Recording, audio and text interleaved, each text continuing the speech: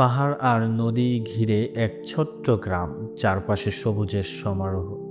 কিন্তু মানুষের হৃদয়ে যেন ছিল এক ধরনের শূন্যতা।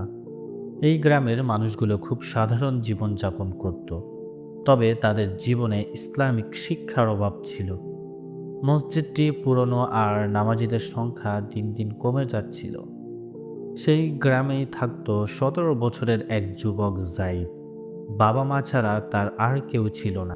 জাইদের বাবা ছিলেন একজন ধার্মিক মানুষ, কিন্তু তার মৃত্যুর পর জাইদের জীবনে দিক নির্দেশনার অভাব দেখা যায়। জাইদ ছিল কৌতূহলী, তার দিনগুলো কাটতো বন্ধুদের সঙ্গে নদীর পাড়ে বসে গল্প করতে কিংবা মাঠে খেলাধুলা করে। তার মনে ছিল হাজারো প্রশ্ন, আমরা এখানে কেন, জীবনের আসল উদ্দেশ্য কি? কিন্তু এসব প্রশ্নের উত্তর খুঁজে পাওয়ার মতো কেউ তার জীবনে ছিল না। তার মা চেষ্টা করতেন তাকে সঠিক পথে রাখতে, কিন্তু একা একটি বিধবা নারীর পক্ষে এতটা সম্ভব ছিল না। একদিন গ্রামের মসজিদে একটি ঘোষণা শোনা গেল, আগামী শুক্রবার আমাদের গ্রামে একজন আলেম আসবেন, তিনি ইসলাম নিয়ে আলোচনা করবেন। জাইদের মা খবরটি শুনে খুব খুশি হলেন। তিনি জাইদকে বললেন, বাবা, তুমি সেখানে যাবে, হয়তো তুমি অনেক কিছু জানতে পারবে। জাইদ প্রথমে গুরুত্ব দেয়নি।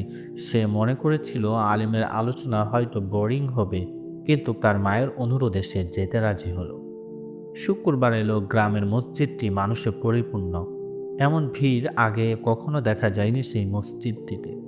সবাই জানার আগ্রহ নিয়ে বসে আছে। আলেম সাহেব বয়ান শুরু করলেন। তার কণ্ঠ ছিল শান্ত, কিন্তু কথাগুলো ছিল মর্মস্পর্শী। তিনি বললেন, জীবনের উদ্দেশ্য শুধু খাওয়া, ঘুমানো আর কাজ করা নয়। আমাদের একটি মহান দায়িত্ব আছে। আল্লাহ আমাদের সৃষ্টি করেছেন তার ইবাদতের জন্য এবং তার দেওয়া পথ অনুসরণ করার জন্য। জাইদের মন ছুঁয়ে গেল, তার মনে হাজারো প্রশ্ন জেগে উঠল। আলোচনা শেষে জাইদ আলেমের কাছে গিয়ে জিজ্ঞেস করল, আমরা কিভাবে জানতে পারি আল্লাহ আমাদের কি করতে চান? আলেম হাসি মুখে বললেন, আল কোরআন আমাদের সব প্রশ্নের উত্তর দেয়। এটি আল্লাহর দেওয়া একটি পথ নিদর্শন। এই কথাগুলো জাইদের মনে গভীর প্রভাব ফেলল। সে কোরআন পড়তে শুরু করলো এবং ধীরে ধীরে বুঝতে পারল জীবনের প্রকৃত অর্থ। তার জীবন বদলে যেতে লাগলো। তবে এই পরিবর্তনের পথ সহজ ছিল না। গ্রামের অনেকেই তার পরিবর্তনকে ভালোভাবে নেয়নি। তারা বলল, তুমি এভাবে বদলে গেল কেন? আমাদের মতো সাধারণভাবে থাকো। কিন্তু জাইদ দৃঢ় ছিল। সে জানতো সত্যের পথে চলতে হলে বাধা আসবেই। একদিন গ্রামের একটি বড় বিপদ এলো। নদীর পানি বেড়ে গিয়ে গ্রাম ডুবে যাওয়ার ঝুঁকি তৈরি করলো। গ্রামের মানুষ ভয় পেয়ে গেল। তারা জানতো না কি করবে।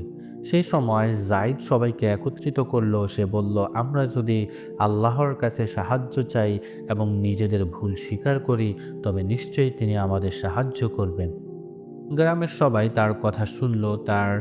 তারা সবাই একসঙ্গে নামাজ আদায় করলো এবং আল্লাহর কাছে প্রার্থনা করলো। অবাক কাণ্ড, পরদিন সকালে দেখা গেল পানি সরে গেছে এবং গ্রাম রক্ষা পেয়েছে।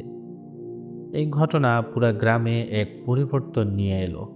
মানুষ ইসলামিক শিক্ষা গ্রহণ করতে শুরু করলো। জাইদ শুধু নিজের জীবন বদলেই দিতে পারেনি, বরং পুরা গ্রামের জন্য এক আলোকবর্তী হয়ে উঠল। জাইদের জীবনের এই পরিবর্তন আমাদের শিখিয়ে দেয়, সঠিক পথে চলার জন্য প্রথমে নিজের ইচ্ছা শক্তি এবং বিশ্বাসকে জাগ্রত করতে হয়। আর আল্লাহ যাকে পথ দেখাতে চান তাকে কেউ বাধা দিতে পারেন না। আল্লাহ যাকে হেদায়েত দিতে চান, কেউ তাকে হেদায়েত থেকে বঞ্চিত করতে পারেন না। আল্লাহ যাকে রিজিক দিতে চান, কেউ তাকে রিজিক থেকে বিতাড়িত করতে পারেন না। তাহলে আসুন ভাই, আমরা সবাই একত্রিত হই এবং ইসলামের দাওয়াত দিই এবং আল্লাহর পথে আমরা নিজেদের জীবনকে বিসর্জন দিই। ইনশাআল্লাহ, আপনি যদি আল্লাহর হয়ে যান, তাহলে আল্লাহ আপনার হয়ে যাবে। ভিডিওটি ভালো লাগলে লাইক করবেন, কমেন্ট করবেন এবং শেয়ার করে অন্য মুসলমানদেরকে দেখার সুযোগ করে দিবেন। ইসলামিক ভিডিও আপনি যত বেশি প্রচার করবেন, তত বেশি আপনার ঈমান এবং আমলে নেকি বাড়তেই থাকবে। কারণ আল্লাহ দ্বীন প্রচার করা খুব ভালো একটি কাজ। আপনার মাধ্যমে অন্য কেউ যদি হেদায়েত প্রাপ্ত হয়, তাহলে সেই হেদায়েতের যে সোয়াবগুলো আছে এবং তার আমলে যে সোয়াবগুলো উঠতে থাকবে, সেগুলো আপনার আমল নামায়ও উঠে আসবে। আল্লাহ সবাইকে ভালো রাখুক, সুস্থ রাখুক। আল্লাহ হাফিজ।